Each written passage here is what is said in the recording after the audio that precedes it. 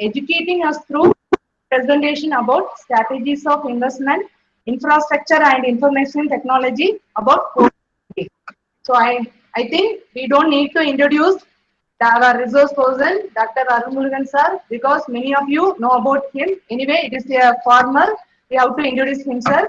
So I request our Narayani madam to introduce resource person. Please, ma'am. Very good morning to one and all for the third day session of our national webinar. I am happy to introduce our chief guest, Dr. V. Arumurugan sir. Since 2009, he is serving as Assistant Professor of Commerce and Placement Coordinator, School of Management, Pondicherry University, Karaikal campus, Karaikal.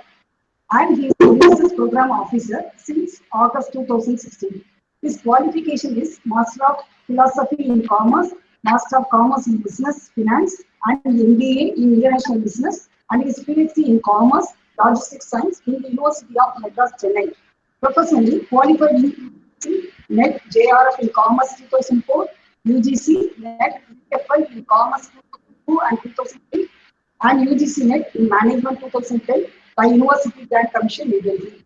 He has 16 years teaching and research experience in University of Madras, Manonmaniam Sundarlal University, and Pondicherry University since 2002. He has guided 14 pre-doctoral research scholars and 60 postgraduate students.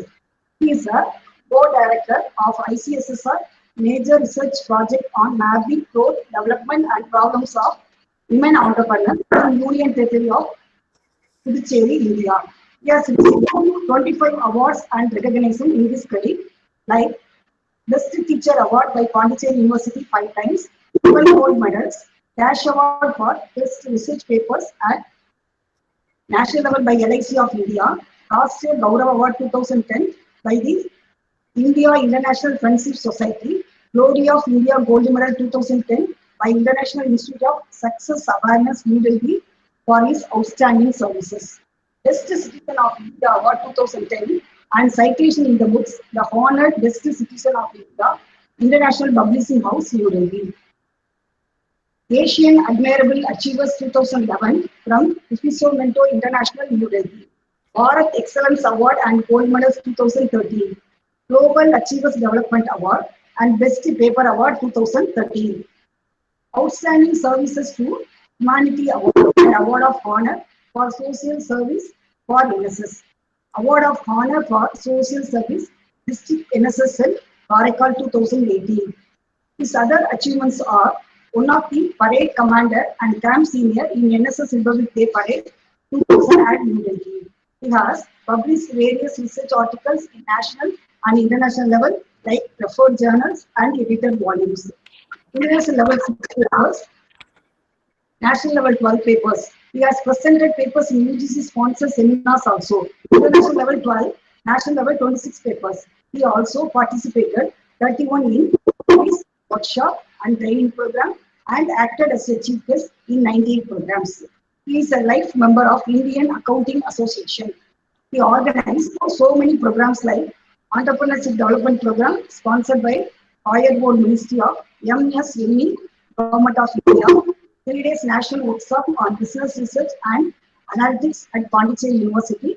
He conducted FTP on research and data analytics orientation programs to the aspirants of UGC, NET, SET, B2B, faculty members and students, and resource person for coaching civil service exam, that is IAS and IPS, and also conducted many workshops on personality development, soft skills for employability quotient, career path planning, and pre-placement training to school, college, and university department students.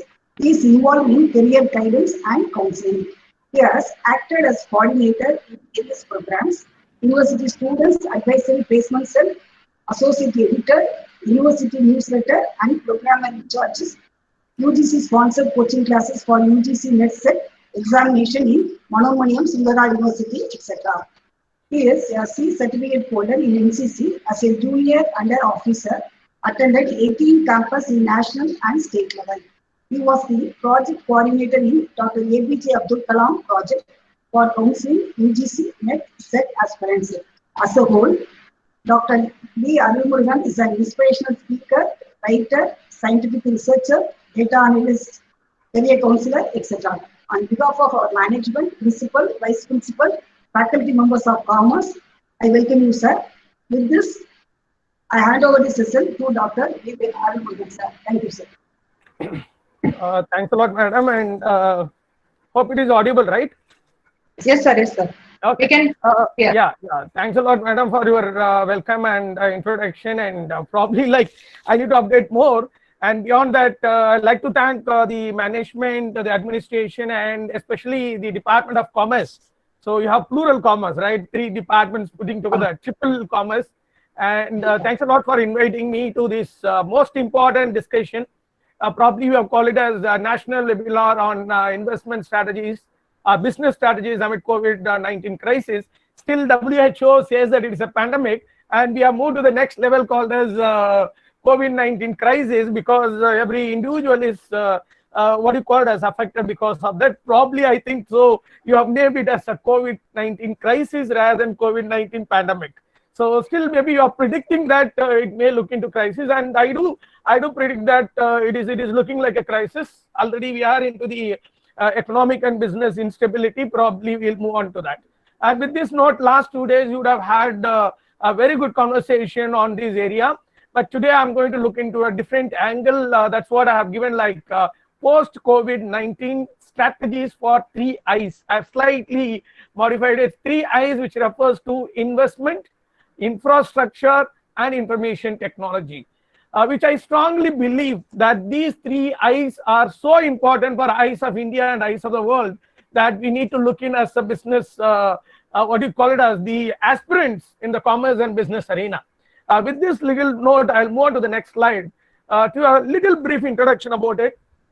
I think, yeah, thank you. I think the slideshow is moving with me, and I'll be saying the next. There is an understanding, and especially good morning to all the participants across. I cannot call it as an across India, probably like it is in online. So maybe it is across world. So anybody can look in from anywhere.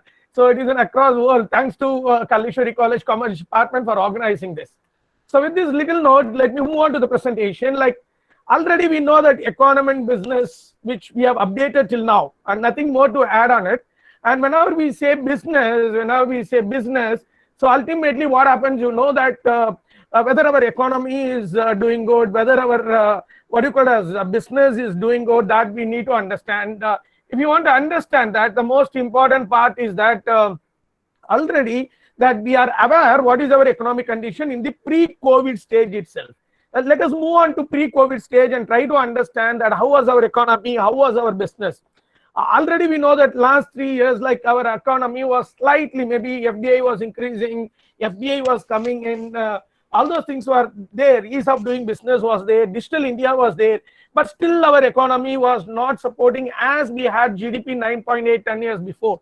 And after that, we could see that we have rolled down to 6.9, probably exactly before the COVID-19 crisis or COVID-19 in the month of March, we were around 5.8% GDP. That itself gives a clarity that our industry were somewhat doing better. It was in the recovery stage, but still because of this COVID-19 pandemic, again, we are moving towards a crisis. When we are moving towards a crisis, rightly that the Kalleshwari College has come out, and especially Commerce Department has come out with an understanding that we cannot go with the strategies which we normally adopted before COVID-19. That means before 3 months before, maybe in the month of the February, what we have adopted, like March, April, May, almost 3 months. So when we look into the 3 months, period of COVID-19 crisis, forced us to go for innovative business strategies. That's what I believe, that you want to enlighten the commerce fraternity on that. So we need to go for innovative business strategies, and in the last 2 weeks, you would have understood about innovative business strategies on marketing and other areas. And today we will be looking on 3 important areas: investments. Somebody started presenting. Mr. Srinivasan, sir, can you mute your mic, whereby we can have a clarity for other participants also? So moving on to the next slide, the most important part which I'm going to discuss on is this. Moving on to the third slide, sir. So if you look into that, the agenda for presentation today, I'm going to look into 3 segments. Yeah, 3 segments. One is we are trying to understand COVID pandemic scenario in my perspective, because I've been very closely watching out what is happening from the day one when we started on, I don't know how many of you know it, on 14th, what you call it as March, I came to know as an NSS program officer as COVID-19, right? And rather than we started giving awareness. So first we are trying to understand what is COVID-19 pandemic scenario. And then the second segment, we'll be looking on post-COVID-19 pandemic scenario. So how it will be, what is the, because we are still in the pandemic scenario, we have not moved to the post-COVID. Maybe we don't know, probably as per our government of India and the Ministry of Home Affairs, we are able to see that we may get into, after this lockdown, maybe in the month of July, we may call it as a post-COVID-19 pandemic scenario. And the most important thing, in my opinion, what I'm trying to make it is maybe what Madam was saying in the before, that maybe for next 2 years, that is what my intention, not for 5 years, or next 2 to 5 years, what may be the strategies, what may be the innovation that the business community can bring in answering these situations. And with that note, let me move on to 3 I strategies. So I'll be very pertaining at the end of the day to discuss on these 3 I's and what is the status today and how it is going to happen. So these were the 3 segments which we are going to discuss: COVID pandemic scenario, and then post-COVID pandemic scenario. And the third one is, in this post-COVID pandemic scenario for 3 to 5 years, how this business has to bring out innovative strategies. So moving on to the next slide, the first part of our discussion, that COVID-19 pandemic scenario, if you look in, it is not in India alone, it is not in Tamil Nadu alone, it is not in Pondicherry alone. It is on the global pandemic. Most of us know that the history, that where it started, where it landed up, how it has come in, because all the media is telling you. I don't want to brief on it, but end of the day, it has become a COVID, it has become a global pandemic. It is not a normal one, it is a global pandemic. It's a global crisis as such, a global medical crisis. That is what we look into. When we compare world and India, we are not, what do you call it as? Undusamy sir, excuse me. Yeah. So we are not like, what do you call it as? We are not differing from the world. Please understand. We have started following what the WHO and the ICMR from India, what they are telling us, and no way we are different. When you look into that, we also followed one of the important, we don't have a medicine till now, but one of the medicine which we thought, one of the precautionary measure that we thought was lockdown. And till now, I think many of you are aware that till now we had 5 lockdowns till June 30th. If you look at, we are in the 5th lockdown. Till 8th, we are in the 5th lockdown. That means that we have 5 lockdowns. And these 5 lockdowns is what we call it as pandemic lockdowns. And these pandemic lockdowns not only affected the life of individual, it has affected the economy as such as a whole. So that is why I can call this as an economic lockdown rather than a pandemic lockdown. It has turned around as an economic lockdown. When we look into our commerce or business angle, now this economic lockdown is disturbing the business also because it is total shutdown. So ultimately it is a business lockdown. So when we have a business lockdown and we have a challenge that how we are going to unlock this business lockdown, and for that what kind of innovative strategy is required, especially 3 important areas which we are going to look at. Moving on to the next slide to brief you that when we look into the lockdown, I want to tell you that what kind of strategy that our Indian government, including the business and the individual like you and I, has taken down. If you look into the lockdown 1, our Indian government and individual and business were focusing on hygiene. We are more focused on hygiene, washing our hands, keeping ourselves clean. So that is what we focused on. In lockdown 2, beyond that, there are people, because when it is total lockdown, lockdown 1 was a total lockdown, that everything was shut. So nobody was allowed to even walk on the floor except the warriors, COVID warriors, including myself. I was in the floor for 10 days. So ultimately what happened is lockdown 2 was focusing, 2.0 was focusing more on hygiene as well as food for the people, because maybe people who are comfortable like us can eat 3 meals a day, but there are our own sisters and brothers and the community where we don't have a food at all. So government was concentrating on giving food and hygiene, and the lockdown 3.0 was more concentrated on health also. It is not only food, it is not only hygiene. We moved on to third component called as health, because unless otherwise we have a kind of immune power, immune capacity in our body, that COVID-19 cannot affect us. Coronavirus cannot come into the body. So we have moved on to healthy aspects also, using allopathy as well as what you call it as the pharma, and as well as the Ayurvedic medicines. So Ayurvedic formulas. And beyond that, lockdown 4.0 added one more thing, because we cannot prolong only by having food, concentrating on the health, and also cleaning our hands, hygiene. Beyond that, the livelihood of the people, livelihood of the business, livelihood of the economy is more important. So we have concentrated on the livelihood also, in the sense like we have slightly allowed them to go for jobs, and some what you call as basic amenity based industries and companies were opened up. So there was a little what you call as exemption was there, and livelihood was given. And in the lockdown 5.0, there is almost like 2 days from now, that we got food, health, hygiene, livelihood, and our government is more focused, because we cannot go for a long lockdown of economy. We can lock down the country, we can lock down on the health issue, but locking down the country or locking down the nation on an economic ground may not help, because if you want to give food, if you want to make health, if you want to concentrate on hygiene, if you want to concentrate on the livelihood, ultimately we need to concentrate on opening up the economy, and business is part and parcel, commerce is part and parcel of the economy. So if you look into that, we have moved to unlock phase, and Government of India Home Ministry has given 3 unlock phases. So that means we have had 5 lockdowns and 3 unlock phases, and we yet to start the unlock phase. The unlock phase 1 starts from in my maybe if I'm right. So unlock phase 1 starts from June 8th. From June 8th, June 13th, we are going to have an unlock phase 1. After that, unlock phase 2, and after that, unlock phase 3. Probably unlock phase 2, that because the ultimate thing is that opening up of schools, education institutions, colleges, and universities, which will be probably in the unlock phase 2, and opening up of international aviation, transaction, and trade, probably in the unlock phase 3. That is what it has been made it into consideration. So there are 5 lockdowns we have faced, and we are in the 5th lockdown. We are in the end of the 5th lockdown and moving towards unlockdown. So unlock phases, where which we are going to get into the unlock phase 1.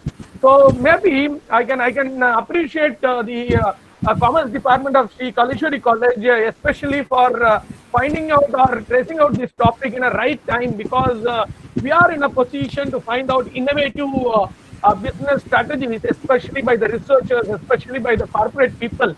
So with this understanding of the basics, we will move on to understand that next slide. We are moving on to understand that what is a I'm moving on to the slide number 6. Thank you. So we are moving on to understand what are the economic implications and business implications.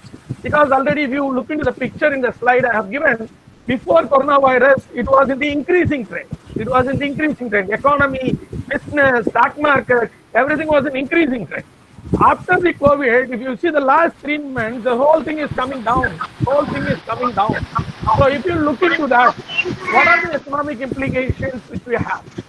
And especially I'm going to concentrate on the key economic implications, even though the speakers in last 2 days would have concentrated in many of them. But I'm going to be very particular and very narrowed on that, how it has happened.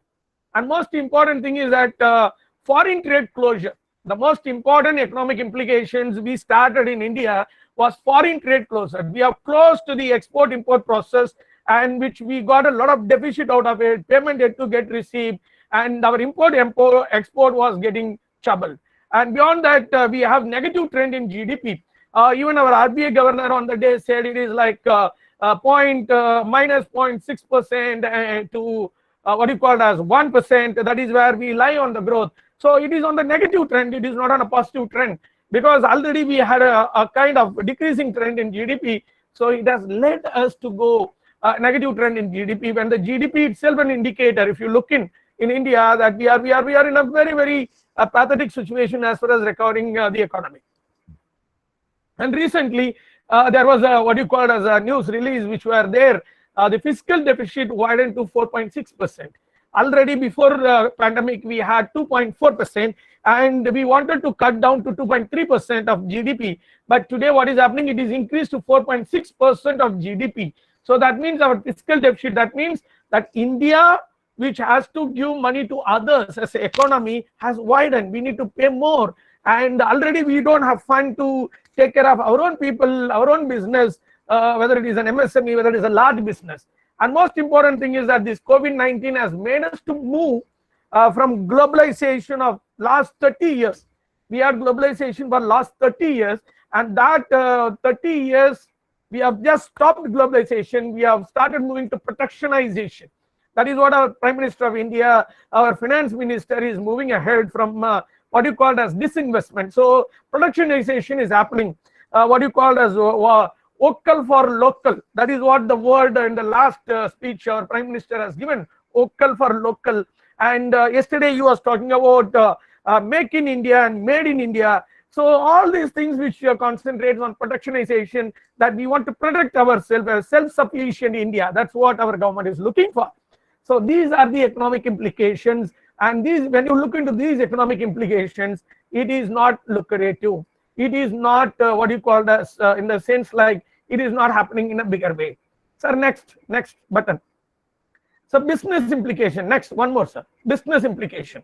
So when you look into the business implication based on this economic implication, total production shutdown was there. All the companies were kept closed except a few industries which were supporting the what you call as fight against the pandemic COVID situation.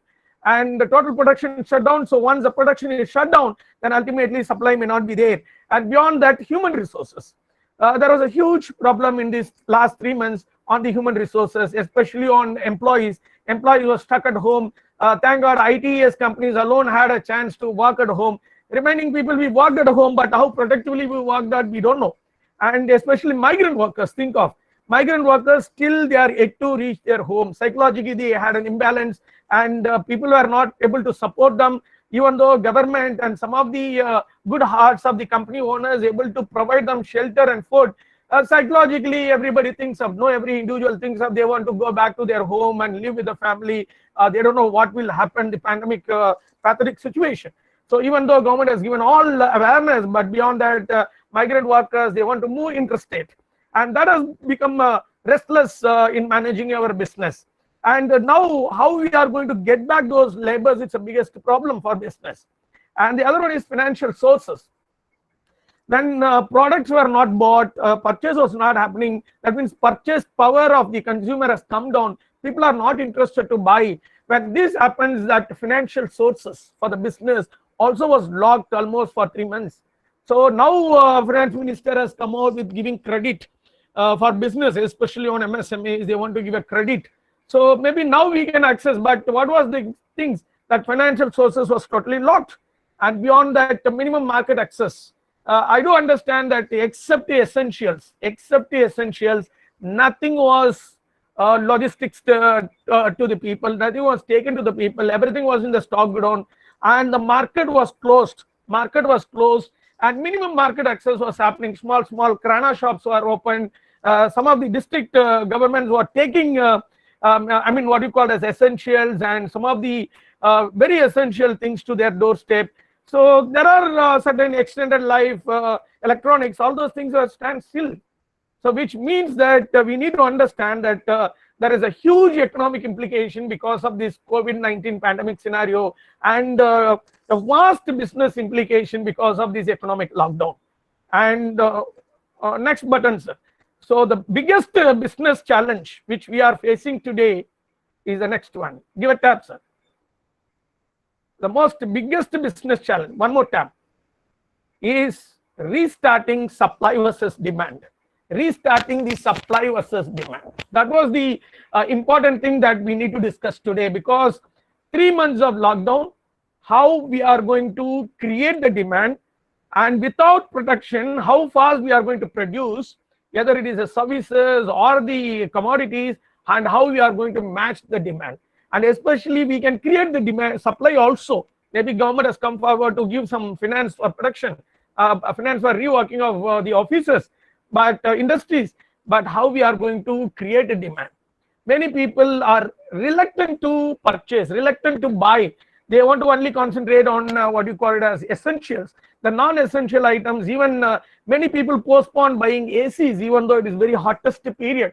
So I was asking in some of the shops, they were saying that AC is not getting sold, refrigerators are not getting sold, because people are not ready to spend money. They want to save money. So supply and demand is the biggest challenge that business has to restart, economy has to restart. Moving on to the next slide. With this economic and business implications, sir, moving on to the next slide. So we need to understand that post-COVID-19 pandemic scenario, that what kind of business innovations you can make it out. So I'm just going to give you brief before I develop on detailedly to my own area, that I want to give you that in a nutshell, that in which way an innovation of a business nature can be done. One is like 5 dimensions I have looked in, and first dimension is sectoral dimension. So first we need to concentrate innovation in agriculture, because we need more supply of agricultural producers, because mostly people are sitting in their home, only agricultural what you call as laborers and the agriculturalists are moving onto the ground. So whether what you call it as the labor force, agricultural labor force is enough to bring back the agricultural what you call it as producers to the market. So we need to innovate more on it. We need to innovate on manufacturing. So because the manufacturing is total lockdown, so how we are going to do that? The manufacturing companies, what kind of innovation? So in that angle, we need to think. And one more thing is that surveys, because today, even agriculture and manufacturing, we need to go to the field. But services, it is not necessary. Most of the services are given online with the technology. And working from the home, all ITS sectors, they have made their employees, even for next 1 year, some of the leading IT companies told their senior officials to work from their home. So ultimately, that what kind of strategies we are going to build. Beyond that sectoral dimension, we need to think of industrial dimension. For example, agriculture and allied industry, especially food processing industry. How the food processors, the agricultural producers are going to be converted as a food, and how it is going to be preserved, how it is going to be supplied. So that strategies we need to build. Automobile industry, because the public, what you call as public transport is under total lockdown. And even if it is opened up also, we know that only 50% of the people are sitting in a bus, and maybe hardly 50% to 30 to 50% only will be boarding in the public transport. If that is the case, we need to move to individual transport. So automobile industries has to be given up with a lot of strategies. Iron and steel industry, because a lot of constructions are in standstill, they are yet to continue. What kind of strategies we are going to adopt? And financial and non-financial industries. So how banking is going to support, in what way banking is going to use the technology and come up, especially logistics and supply chain industry is more important, which is my most like the area that my PhD is on logistics science, because anything can be ordered through wire, but everything cannot be received through wire. When you are not able to receive everything through wire, so ultimately you need to think about logistics service providers. And already logistics service providers, like they are struggling a lot with the infrastructure.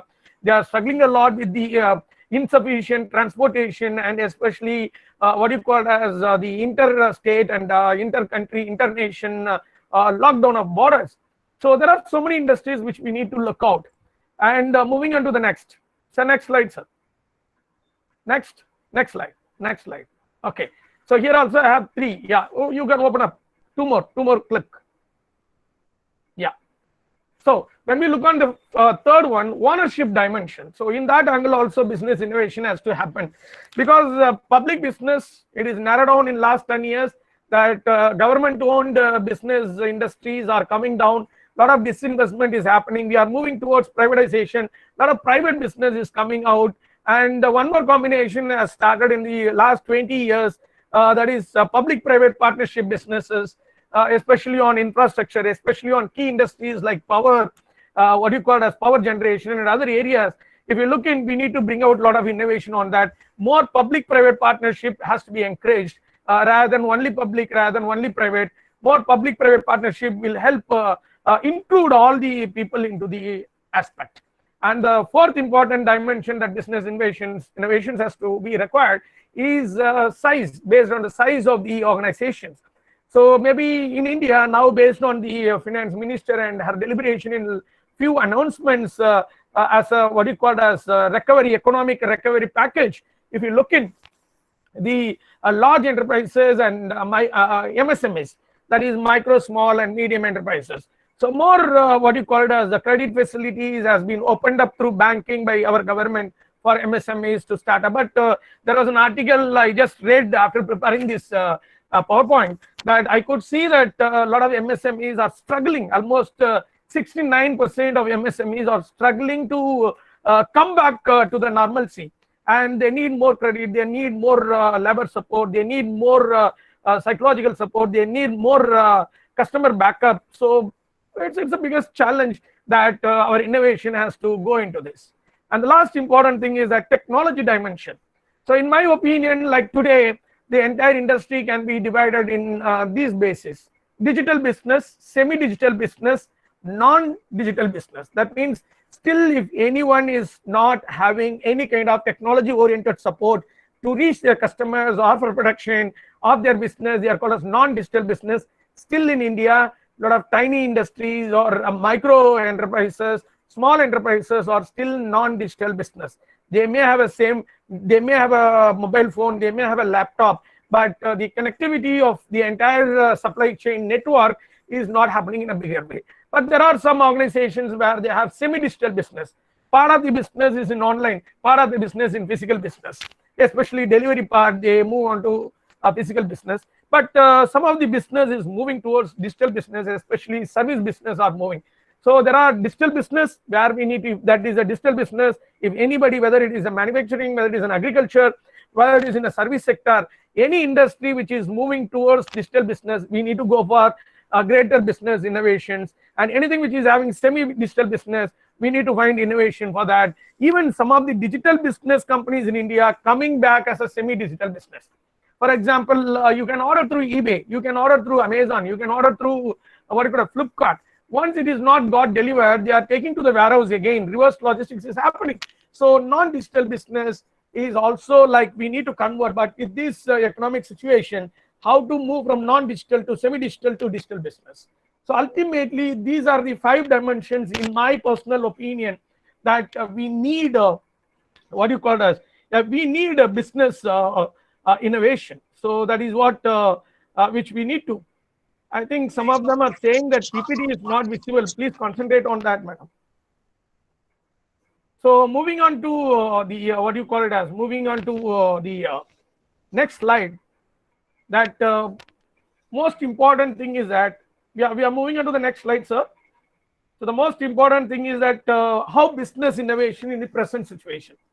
So in present situation, as a commerce fraternity, academia and researcher, as well as the corporate bodies and management academia, who are economic academia, management academia or commerce academia, and the researchers, we normally focus the entire business only in these angle, right? But we need to focus on what is the present dimension. Either we look things in production angle or production dimension of innovation. We normally look into the marketing dimensions, and we normally look into the finance dimensions. So, and beyond that, the HR dimension, logistics and supply chain dimension. So these are the traditional dimension we are looking for innovation. If we are going to keep on looking for such kind of dimensions, we may not have a position of innovation in business. So in my opinion, this traditional thinking of innovating the business or a commerce in a production angle, in a marketing angle, in a finance angle, in a HR angle, in a logistics and supply chain management angle. So I think Kamalaveni madam, you are saying that PPT is not visible. Please pin the PPT ID whereby it can be visible. That's the solution I can tell you. So ultimately what happens is like these 5 dimensions, in my opinion, traditional. COVID has given us a new learning. So COVID pandemic situation has given us a new learning. We need to look, moving on to the next slide, sir. We need to look the entire, the business innovation in a refined dimension. In my opinion, rather than looking in the functional dimension, we need to look this in a business process dimension, 3 dimensions: business process, business system, business people. So we need to understand like what business process in that business process, what kind of innovation that we can bring it out. And number two, the infrastructure, the what you call a system structure, the business structure, what kind of transformation or innovation we are trying to bring it out. And the third important thing is that people, because available of human resources will be a biggest question mark. Already job loss is happening in a bigger way even before pandemic, and now after pandemic it is more what you call it as worse. So ultimately what happens is like the human resource in the organization, and where we need to think of already senior people are kept inside, the young people are oozed out from the organization. They are not even bothered, right? Many people are going to get job loss. So all those things are there. So rather looking to the functional organization, let us look in the business process, business system, and business people. So in that angle, if you are going to look in, then I think we can have more innovation into this. So moving on to the what you call it as the next slide. Based on those three what you call as refined dimension of business innovations like process, system, and people, my presentation has narrowed down in that perspective only. That is what I mean to say, strategies for 3 I's. Post COVID-19, the third part of our discussion, strategies for 3 I's. When I say strategies for 3 I's, triple I, the first I, because I told the process is so important. So a system is so important. Then people is so important. In that angle, these 3 I is going to rule. These 3 I innovation is going to help us to unlock our economic and business lockdowns. It is going to create demand. It is going to create the supply. It is going to bring the supply and create the demand. If we are going to concentrate, especially the first I is investment, second I is infrastructure, and third I is information technology. We need money, we need the what you call as the infrastructure, and we need technology to go for. So ultimately what happens, Palrai sir, PPT is visible. Please pin the PPT, just scroll down, see that PPT ID and just pin there whereby you can get it. It is a request to all the participants. So moving on with this one by one, next 20 to 30 minutes we will be going on with investment, infrastructure, information technology, what kind of strategy that we are looking for in business. And beyond that, in my opinion, whatever I'm going to talk in 3 dimensions. Again, one is on the government angle, on the business angle, and you and I, the individual angle. So if you look into this, moving on to the next slide, the first I, that is investment strategies. Sir, moving on to the 12th slide, sir. Yeah. First click. You have 3 clicks, first click. Yeah, please wait. So COVID-19 investment strategies. If you look in, please wait, sir. Investment strategies, if you look in. So ultimately, we need to understand how investment is there in India. If you look into that, the investments are 2 kinds. One is direct investment, the other one is portfolio investment. Direct investment, how it happens? That any individual or any government, any industries, if they invest in the what you call as the capital of the business, normally we call it as direct investment. If they are investing in the shares or any other investment avenues of the business or related to business, then we call it as portfolio investment, right? And there are investment which comes out with domestic. That means if any individual in a country is going to invest, then it is called as domestic investment. And if any foreigners is going to bring their money and invest in Indian business directly into the capital or in the business ventures or in the business process or in the stock market to support the business indirectly, then it is called as international, what you call as investment. And whenever we look into the international investment, there are 2 components which are there: foreign direct investment and foreign portfolio investment. If you look in India in this last 3 months, FDI has slowed down. The inflow of FDI, foreign direct investment, has slowed down. And one more thing is that foreign portfolio investment is also slowing down. Only domestic investors, since they are in lockdown, many people ask me, sir, how stock market is increasing on this? See, everybody has come out with an online platform. If they have a mobile, if you have a mobile in your hand, and if you have a software in it to trade in BSE or NSE, ultimately what happens, most of the time they sit in the home, they normally trade. When they start trading, ultimately the more number of volume of trading normally increases to what you call it as exposed to increase in the stock exchanges. That is what psychologically, it's a goat psychology. I normally say that if one goat goes in a way, other goats also go in a way. Stock market is such kind of things. It's a goat psychology which prevails. So that is why it is increasing. And beyond that, public investment and private investment. And last 3 months, both public investment and private investment was standstill.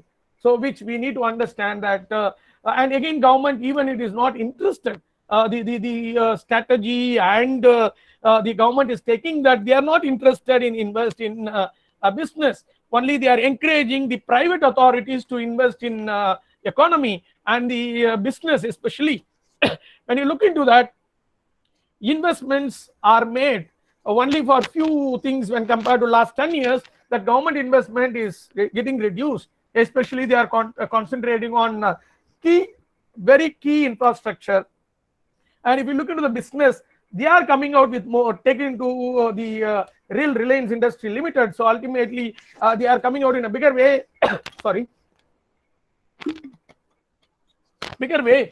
And if you look into the individuals, they are also coming out with investments. Whatever they have, by virtue, we have moved to demonetization. After demonetization, we were forced or mandatorily that all are moving towards cashless economy, moving towards making their money into the bank rather than in your almari or somewhere else.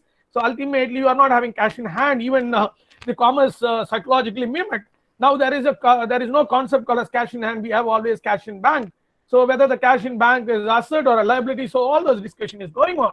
So ultimately, what happens is like government or business or individuals are involving. So we need to have a strategies for government. We need to have a strategies for business. We need to have strategies for individual, especially comes to investment. If you look into that, there are 5 challenges that we need to convert that as strategies, which I have given in the slide. The number 1 is disinvestment. See, whether you like it or not, our government is moving towards disinvestment of public sector. When they are moving towards disinvestment of public sector, even people are talking about that insurance, especially LIC is getting into this, and a lot of things are coming out. When they move into disinvestment, private should be ready to invest on that. So private, the best strategy is that government is moving towards disinvestment. Private authorities should be ready to invest on, rather than investing in your own private business, you can invest on public business, whereby purchasing power and the people, what you call as willingness to buy is more when it comes to what you call as public sector organizations. And beyond that, domestic private investment. And most important today, the biggest strategy that we need to follow is we need to woo the domestic investors, because foreign investors, now every country has, every economy has a problem. Then how they will come and invest in another country? That's the biggest problem we have with FDI. So FPI, now we have to move towards encouraging our own domestic private investors to go for private investment. That is another challenge and the strategy which we need to follow. And beyond that, bank credit. The one side, government is encouraging bank credit to come out of this economic lockdown, especially for MSME sector, especially for agricultural sector, rather than large industries. And the other side, like NPA. When a bank is giving credit as per the government instruction to these MSMEs already who are struggling, or agriculture, maybe natural calamities or on the way, we have low cost or all those things, and individuals who are unable to. So when the bank credit is given with the interest, then ultimately, if already NPA is increasing, if they are also unable to make the repayment, then still the NPA is the biggest challenge. But still, there is no other go, that government is not ready to give money directly to the people or directly to the business. They are giving through the credit. It's one of the what you call it, a strategy that government has taken. So that we need to think of. We need to woo the banks to give to the people in what way, with the collateral security or without collateral security, what is the interest rate. So all those things we need to innovate. And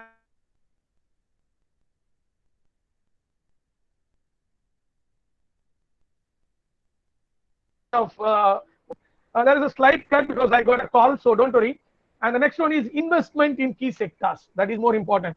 Today we need to invest Thank you, Malaji. So today we need to invest in a key sector, especially the key sectors which I'll be telling you, like healthcare. Especially we need to invest education, because we are moving into online education, technology, power, housing, because most of us stay in a house.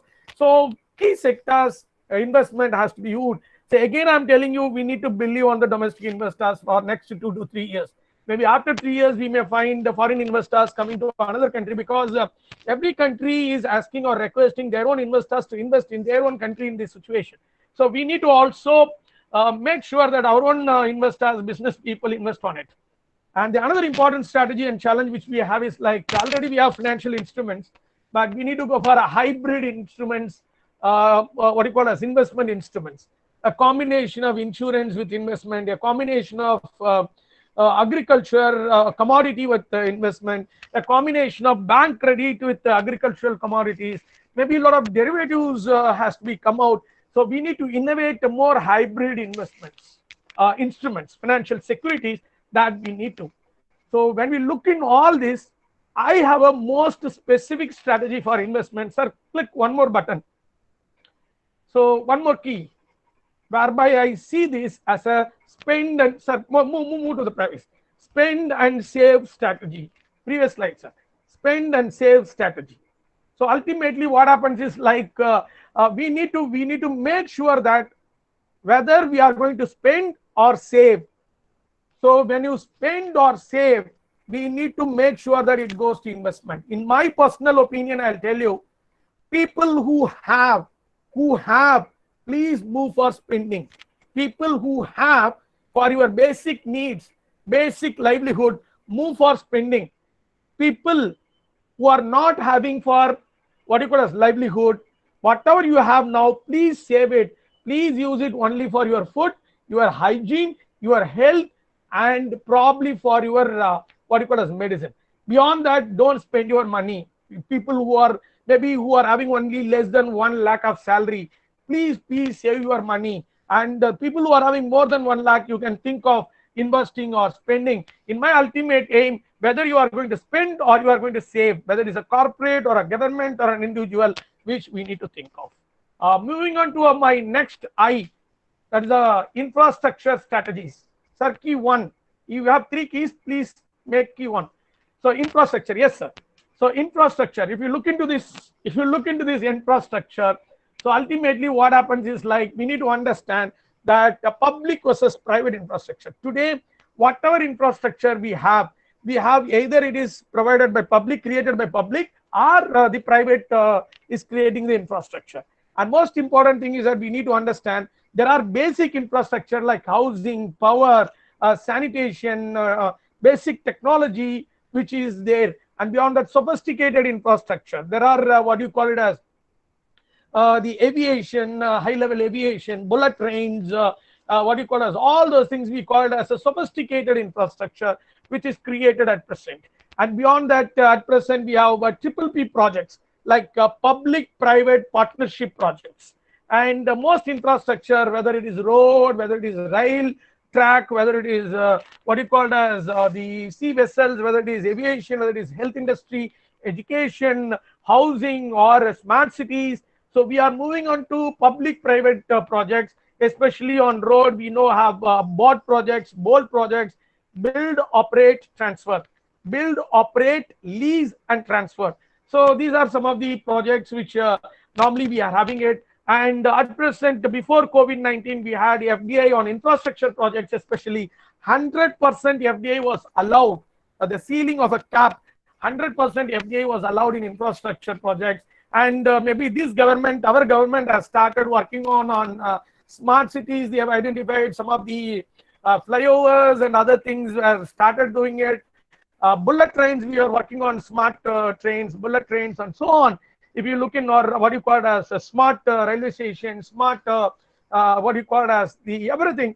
And if you look into this, we all, whatever we had on infrastructure creation, before 10 years, it was called as Bharat Nirman. Then later it was called as, in UPA government, it was called as Bharat Nirman. In NDA government, we have called as smart cities, and what you call as even the entertainment parks and everything is like worked out very well before COVID-19 situation, but in last 3 months, the total infrastructure has got standstill, because most of them who are working on that was what you call it as the migrant workers.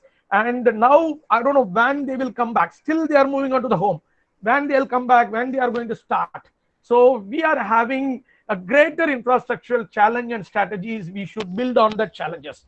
So one area, as I told you in the previous discussion on investment also, the key area, whether it is investment, infrastructure or information technology, in my opinion, 6 key areas that immediately for next to 1 year to 5 years we need to concentrate is our healthcare. Number 2, housing, because we need more hospitals, we need more what you call as facilities, we need more equipments at present, especially to come out of the COVID itself.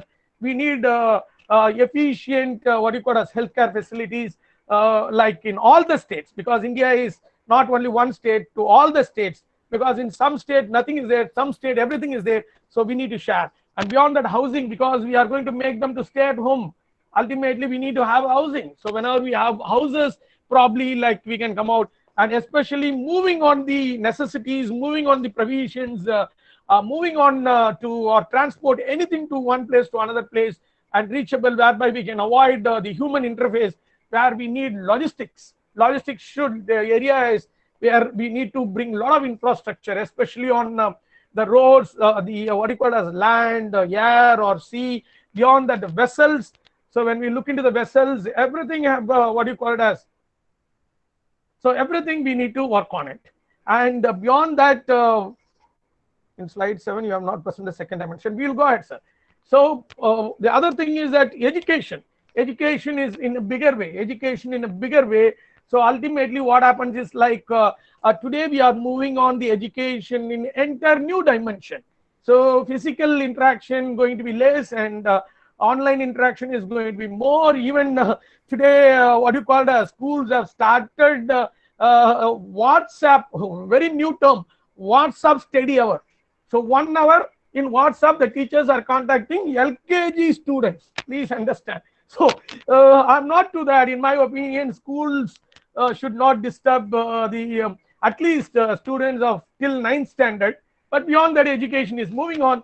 Beyond that, power is another area, because if you want to go with proper healthcare, housing, logistics, and education, the power sector is more important. How we are going to generate power, what are the alternative strategies we are going to make it. But everything is possible, my dear friends. You need to understand technology plays a vital key for next 5 years. Beyond also, but in my opinion, because today also I'm using the technology to reach you.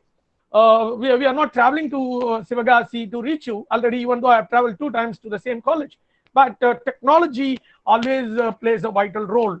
And we'll be looking on the technology in the next information technology in the next slide. And most important today, the biggest challenge is urban-rural infrastructure connectivity. In urban, we have all most of the infrastructure and its connectivity. Sir, I'm still in the previous slide, sir. I'm still in the slide number 13. Yeah, please wait. Go ahead. Yeah, please wait.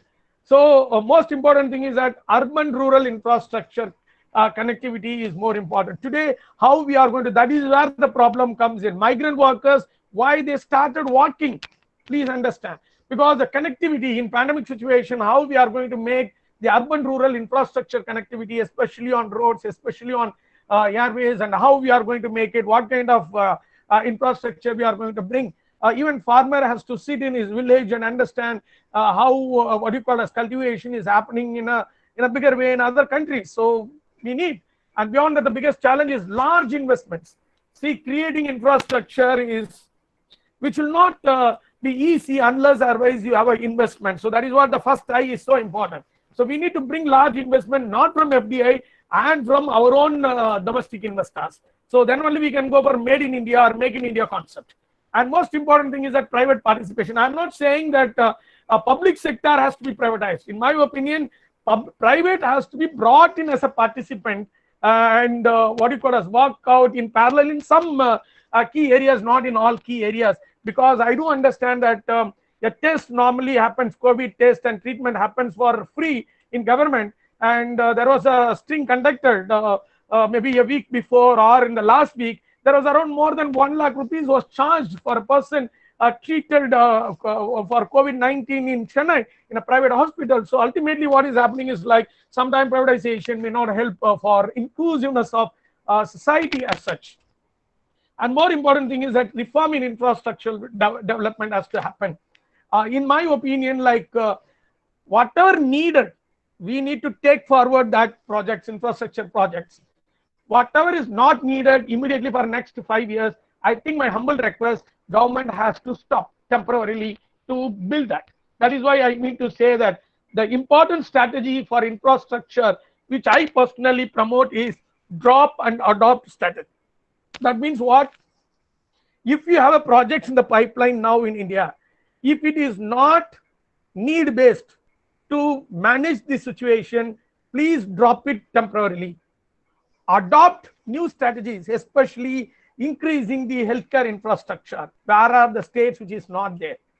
Education technology, bringing uninterrupted power, giving priority to logistics sector, and especially maybe housing for non-housing or unhousing people. So this is, if you have drop and adopt strategy, then I think that infrastructure can support the people for next 5 years. Moving on to the next slide, sir. The third important IT is IT strategies, information technology strategies. Sir, wait. So information technology strategies. If you look into this information technology strategy, if you look into this, the most important thing is like IT infrastructure. We are not concentrating because today, if you move on, if you want to move further in the post-COVID-19 scenario, the one area which is going to help us in a bigger way is information technology infrastructure. That means that almost all should be today, even day before yesterday in Kerala, very, very pathetic situation is one of the rural kid, a girl is unable to attend, psychologically she is unable to attend the online classes because of the infrastructure that the parents couldn't possess. So ultimately she has, that should not be there. See, in my humble request as a teaching community, please inform our students that online classes or temporary online classes, whoever it is there, let them take it. That is not going to influence the knowledge capacity of the students who are unable to attend the online education, what you call as, because of the unaffordability of the parents. So the government and institution has to take care of it, and we need to counsel our own students beyond that.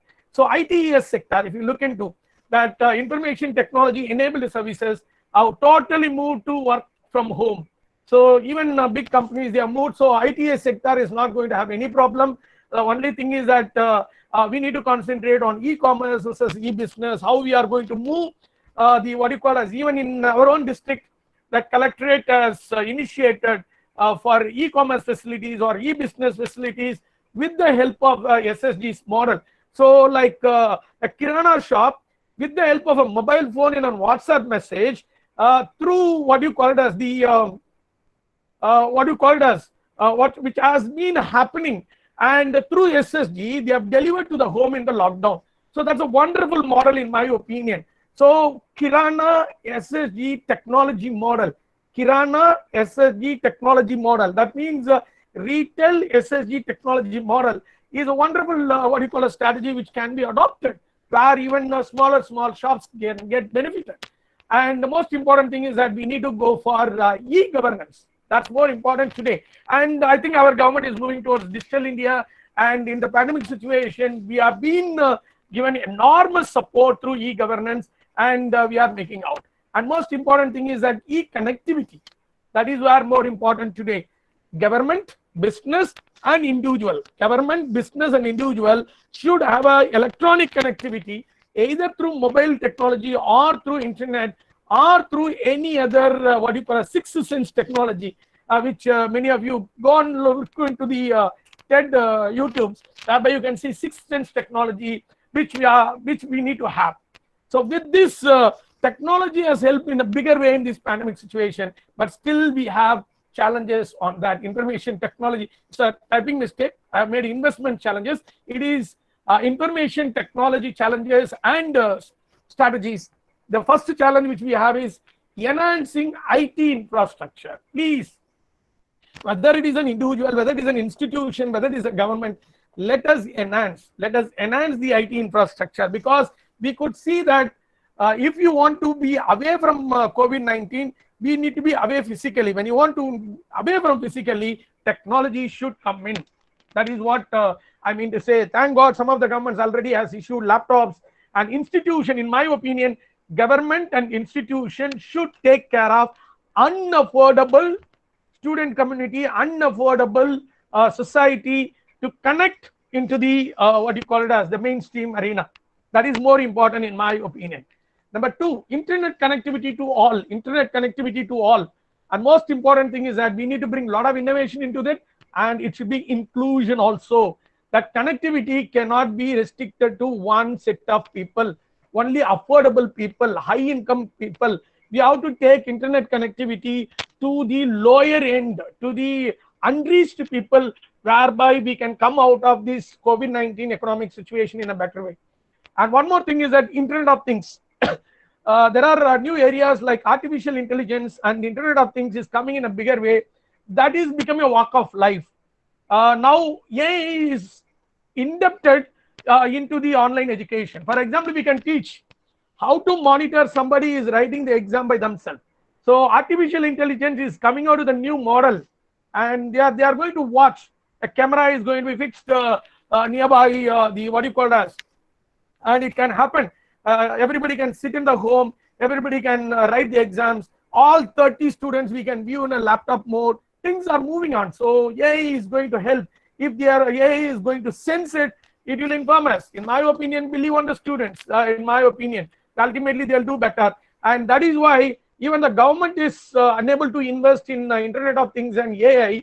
But Reliance Industries Limited, the day before yesterday, Mukesh Ambani has come out and he has said that $2 billion that he is going to venture. Even Ratan Tata ji is also going to venture on it. And this is what we are going to get into. And beyond everything, since we are using information technology, please understand our informations are more vulnerable, more sensitive, more sensible. So awareness on cyber world. So today there was a period that we said like students should not get into the internet. Today we are saying that come on internet, come on online, we'll have education. So COVID pandemic situation has transformed everything differently, business, everything differently. So awareness on cyber world and its security is the biggest challenge. We need to innovate how to protect the cyber world, how to protect these securities. So this is what I mean to say. And please, one more click, sir. Here I want to tell you the strategy which I'm expecting is that innovation, IT innovation, and whenever you innovate, please don't innovate only for limited segment. Innovate for inclusion of the society. Social innovation has to happen. It should be socially inclusive innovation strategy. Socially inclusive innovation strategy has to happen in a bigger way. So till now, I think I have told you that what you call as 3 I's. Moving on to my final slide. The conclusion slide. So last slide. So till now, we have understood what is COVID-19, all lockdowns, and in every lockdown what we have been doing, and what are the economic implications, what are the business implications. We have able to understand that the business economy stands still. That's what I mean to say. Maybe in the unlock phase, maybe after June 8th, we can see after June 8th, almost 90% of the business is going to be opened, right? So except the aviation and rails and transport, all others are going to get opened. And if that is the case, for that last 3 days, you have been listening about the different speakers, different resource person and experts, and what kind of business innovation strategies we have to build to face the post-COVID situation for next 5 years. And in that, I have concentrated 3 I's, triple I's. One is investment, the other one is infrastructure, and the third one is information technology. So in that, I have brought out 3 innovative business strategies. One is spend and save strategy. In my opinion, if you have money, spend it. If you don't have money, especially people, that means what I'm trying to tell you is the basic amenities are more important. Food, health, and shelter.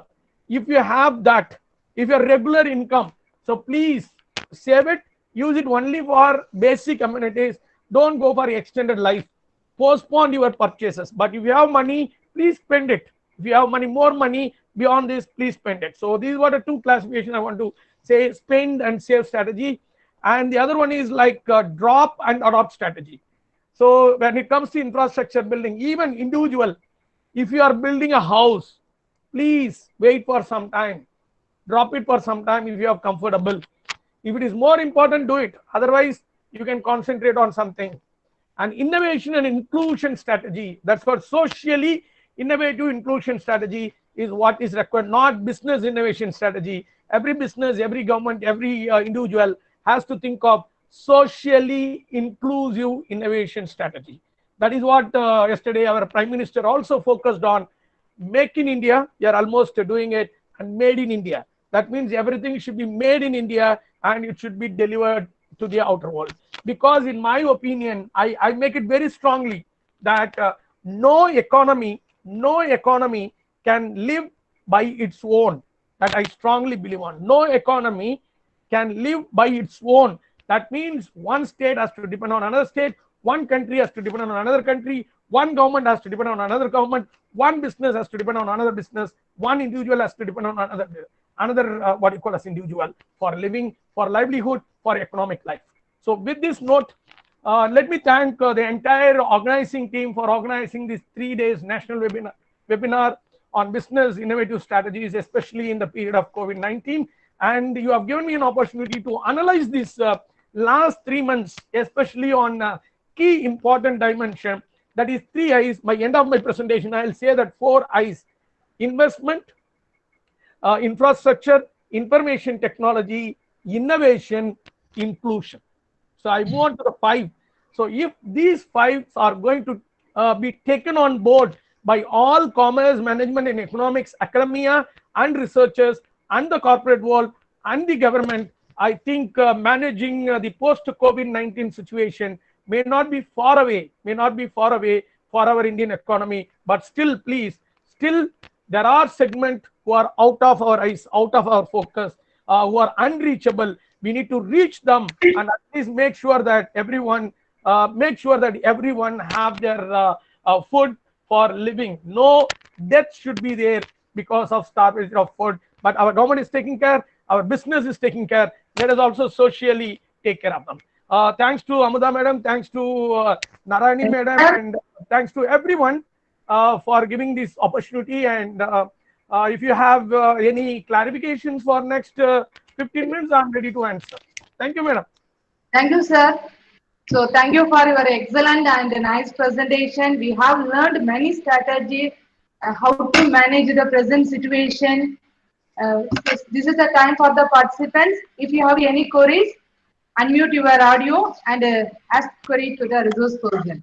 He is ready.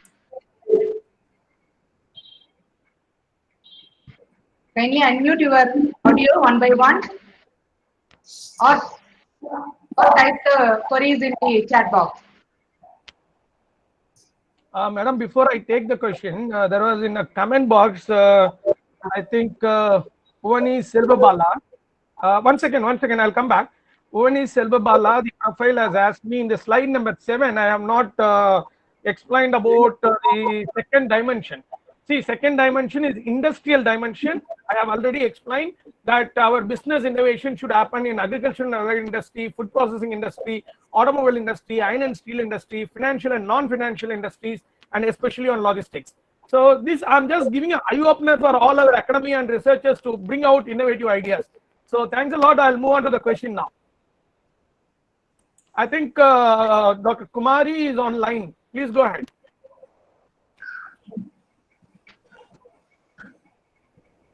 Your presentation is commendable, sir. Thank you, madam. Presentation is commendable, but you are telling about innovation. But as far as the developing economy like India, these type of innovation, how far it is feasible? We have to. There are so many challenges we have to meet in order to think of innovation. Especially even in education sector, we need more of laptop and Wi-Fi facility. So all these things innovation may take a long way as far as our economy is concerned, whether it is in the manufacturing sector or agricultural sector or technology sector. It should take a long way as far as India is concerned. But that is as far as your talk is a very good eye opener for us. Thank you, madam. I'll answer your question. That is why I have not concentrated when the topic was given. It was more on investment, so I was not concentrating on investment alone. So why I moved on to infrastructure and information technology, combining to that is that to answer your question. See, our economy is a developing economy. We know that, and that too, our economy is not doing well at this position, and it is very difficult to bring innovation. I do agree, but the challenges are ahead. When the challenges are more, that we will be in a position to find out. So that is what we have to believe on ourselves, that we need to concentrate on bringing such kind of technology, such kind of support infrastructure, and we need to pump in the investment. I think our government will take care of it. Already a lot of business are started giving what you call as the finance support, because see, sometimes what happens, we cannot give money. That means we cannot give fish. We need to teach fishing. So that is an ultimate aim that our government is working on, I suppose, especially for business. I'm not for individuals. Individuals has to be given money. But when it comes to business, we cannot give money directly to the business because they may not be in a position to do well. If you give a credit, sufficient credit, adequate credit, whereby innovation is possible. And today, you know that 3 months of lockdown, we were sitting in a home and we are unable to see. That is all we have created this. Why webinar? Webinar is the one innovation. It was there for a long time. Why we have gone into webinar? Because our compulsion. So in my opinion, I am telling you, India will get recovered, especially on key areas within 1 year to 3 years, and the remaining innovation can happen. I do agree. All these difficulties are temporary. All these difficulties are temporary. For example, I'll tell you. Now I have one mobile. I have come out with the webinar, and my wife is having another mobile. She is sitting with my child's classes online. So that is what, it's a compulsion. Even we have not cooked food till now. It's almost 12:15. So both of us sitting in online, and we didn't prepare the lunch. This is a difficulty, but we need to take care of this also. In my opinion, that Indians are known for innovation, and especially socially inclusive innovation, that will make it better. Thank you. Okay, sir. Very nice presentation. Thank you. Thank you, sir.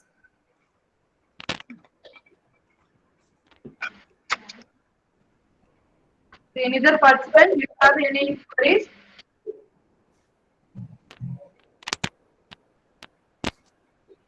So I hope all of you understand clearly from the presentation, then only we won't get any doubt. I think so. So thank you so much, sir, being with us. You are with us. Many thanks for your through your presentation. So I thank once again for spending your valuable time with us. So we hope you will be our resource person for many webinars like this. Thank you, madam. I'll be happy to collaborate with you at any time. Okay, you have cleared the queries of the participants in a clear-cut manner without any doubt. Well, many of them not eager to ask the question. You have cleared the doubt of many persons. All the participants. There is one question in the chat box. Can I clear that and move on? See, innovation in information technology is possible even it happening, but how it is possible in agriculture? So, see, many people have a difference of opinion that agriculture doesn't gel with information technology. It's wrong. Today, there is a project called as eChapel, and in that, if you see that internet is very well used by the farmers in knowing the newer cultivation technique, newer managing agricultural process, and especially irrigation. And whenever we look in the what you call it, weather conditions. Now I do have my own friends in agriculture, my own schoolmates. So they use mobile, they use weather reports to plan their agricultural activities, especially going for harvesting, especially going for what you call so many activities, even for so many like giving the manure for the field, when to go for irrigation, because when the weather it shows that there is a cloudy humidity and the rain will come, why unnecessarily they should use the water? Why should they use it? So information technology is helping in a long way for agriculture, and especially, for example, perishable items, tomato or vegetables or fruits. We have artificial intelligence, AI, is infused in the storage, cold storage mechanism. So it's a quite interesting area, the mixture of information technology, logistics, and agriculture. If you have a time, you can go through that. It's a wonderful infrastructure is used, what you call it as in agricultural areas, where we are able to have even the what you call it as the cultivation in a bigger way, in a the what you call it as the if you look into the corporatized agriculture has come in a bigger way, especially with infrastructure. Now, even the machines are operated not by the man, it is operated by the what you call it as the AI itself in some of the areas. For example, especially when it comes to what you call it as mushroom cultivation, they are using technology now within a small room. How by using technology, how it can be monitored. For example, the temperature is more important. So they are making what you call as technology to control the temperature, whereby the mushroom gets more growth and it is distributed. So it is happening in a bigger way. It is happening in a bigger way. So that's what I mean to say. No, in agriculture also, we need to use logistics. We need to use technologies in a bigger way, whereby our own agriculture can turn around and which will support more for our economic growth. So thank you, sir, for nice explanation for the query of the participant. Anybody here with queries? You can post your queries in the chat box.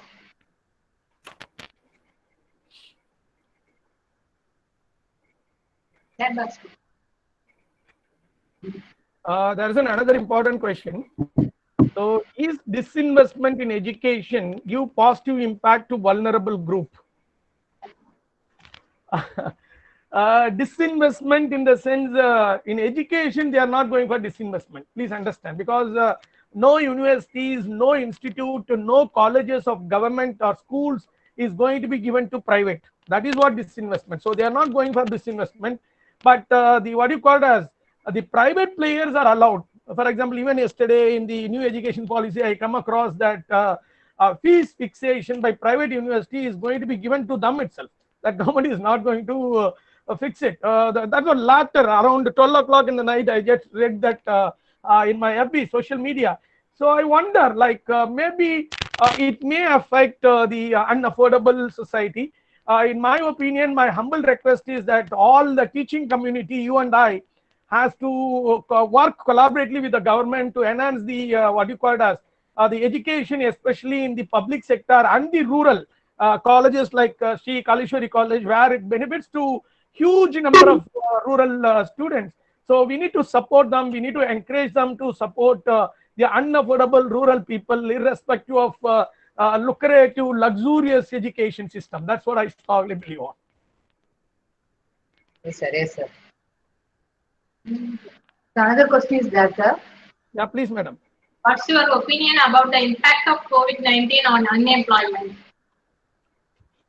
Unemployment. See, already unemployment has reached 49%. Ever before 40 years. That was the situation in the month of February. And in the COVID period, still lockdown is going on. We cannot say that unemployment is increasing. We will come to know only when the lockdown is getting over, maybe after June 8th, maybe from now, June 8th, we will come to know, maybe after 5 days, we will come to know how many of them going to turn back to their business, and how many employees are going to come back, how many of the industries or enterprises is going to accommodate how many people. So only when we get the statistics, then we can answer this. And beyond that, the migrant workers, whether they are going to stay back in their native places or to continue their living and working in agriculture field or related business, or they are again going to come back to the migrated places and they are going to start. But in my opinion, already the permanent employees in the government and permanent employees and senior employees in institution, private, what you call a sector, are there. But already there was a segment created called as outsourced employees. temporary employees, hourly based employees, coolies, laborers. I think a huge answer we need to have, and how we are going to accommodate them, it's the biggest question mark. In my opinion, we need to accommodate them, and we need to concentrate on unorganized sector also, and we need to give kind of backup at least for their living. So government, researchers and business community has to come out and work out what do you call as the plan to protect the people, and maybe like as you say, the last year, these are final year students will have a little tough time because their placements is under question mark. Still, we need to conduct the exams. Still, we need to give them results. Maybe usually by the time most of the final year students usually get placed, even though they got placed, they are having their appointment order yet to join. So all those issues are there, which we need to innovate some mechanism. Probably, in my opinion, like it's better. Don't take it in another sense. Even though we do master degree, PhD, MPhil, or the what you call as engineering or medical, it's better now. If you want to have, we need to concentrate on livelihood. That means that any job we should be in a position to do. We should not wait for what you call as a job for the education. Even my own students, I advise them, postgraduate MCOM students, I advise them to go and help in their village, concentrate on agriculture, help the agricultural farmers, earn little, and we can protect for the, because now the lockdown is over, especially in rural areas. In my humble request, rural students are highly gifted. They can concentrate on jobs. They can go and work with them, because I have worked in the agricultural field when I was a student. I'm from a rural background. So ultimately, you can earn, you can save for the future. Don't wait till the what you call the perfect job will come for our education. So next 6 months or 1 year, it will be the biggest challenge for the what you call the students moved out. The outgoing students. My humble request is, don't look into your education-based job. Try to do ethically. Try to do formally. Try to involve yourself and do whatever jobs you are able to get, and keep on trying for all other your vision and goal. That is what I can tell you. I'm sure that the unemployment is going to increase. We need to manage it.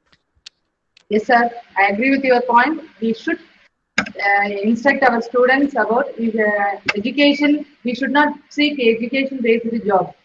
In this point of view, we should motivate our students, and then only they will not get a succeed. As a teacher, we should make sure that they are stress-free, man. That's what, in my opinion, I can tell you.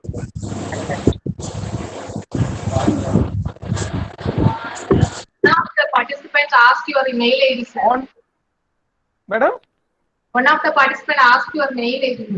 Yeah, I can give it. I request the organizers to share my PPT. Yes, sir. The participants, and in that PPT, I have my WhatsApp number and email ID also. So Dr. Vance, drvamcs@gmail.com, which is there. 944-306-9733 is there in the slide. So the slides, I think the organizers have assured that the slides will be what you call as sent to all participants, and you can contact at any time. Yes, sir. Okay, thank you, sir. Thank you so much.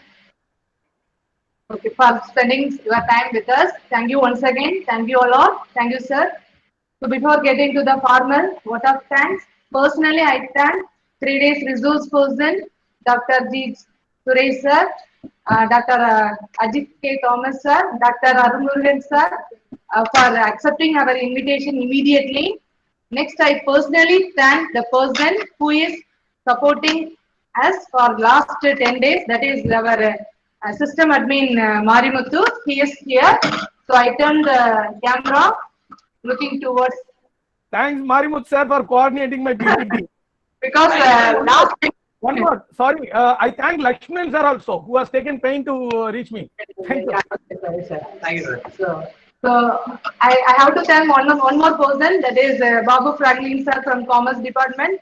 He has designed the invitation and the certificate for the program.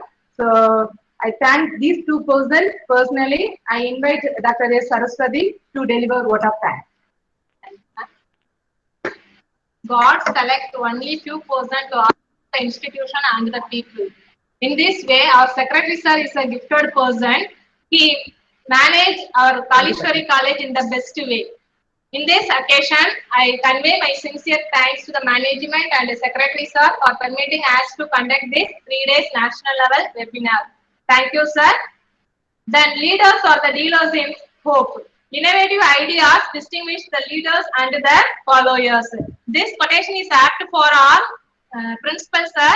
He always thinking about a new topic to conduct seminars like this. He belongs to the commerce faculty also. In this junction, I surrender my thanks to the principal and vice principal madam. Thank you, sir. Thank you, ma'am.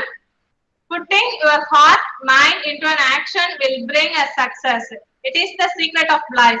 This quotation is apt for our HODs because last 10 days he spent a lot of time to organize this seminar in the best way.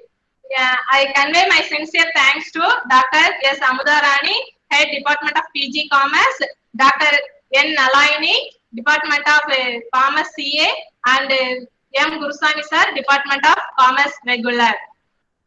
Then, learning is a treasure and a success that will follow its owner everywhere. Education is a passport to the future. These quotations are apt for the 3 days chief guest. Dr. G. Suresh highlighted their ideas on the topic Indian business perspectives after COVID-19. Dr. Ajit Thomas, effective marketing strategies during and after COVID-19, and strategies for 3 I's, that is investments, infrastructure, and information technology. The wonderful speech delivered by Dr. P. Arulmurugan sir.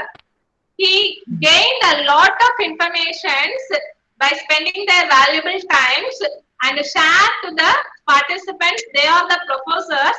Definitely these ideas are shifted to the next generation, that is our students. We will definitely share your ideas to the students communities also, sir, after the unlock periods. Thank you, sir. Next, our college started in 2000. The one more milestone to our institution is the first webinar that is organized by our Commerce Department. This make it possible only by the work contributed by the following personalities. First one, Priya Madam, IQAC Coordinator, Head of the CS Department. Balaji Sir, Head of IT Department. Babu Franklin Sir, Assistant Professor in Commerce Department. Mr. Marimuthu, System Admin. Nagarajan, Lab Technician. And Nehru Sir, Office Superintendent. Thank you to all the above persons for making the 3 days webinar grand success one.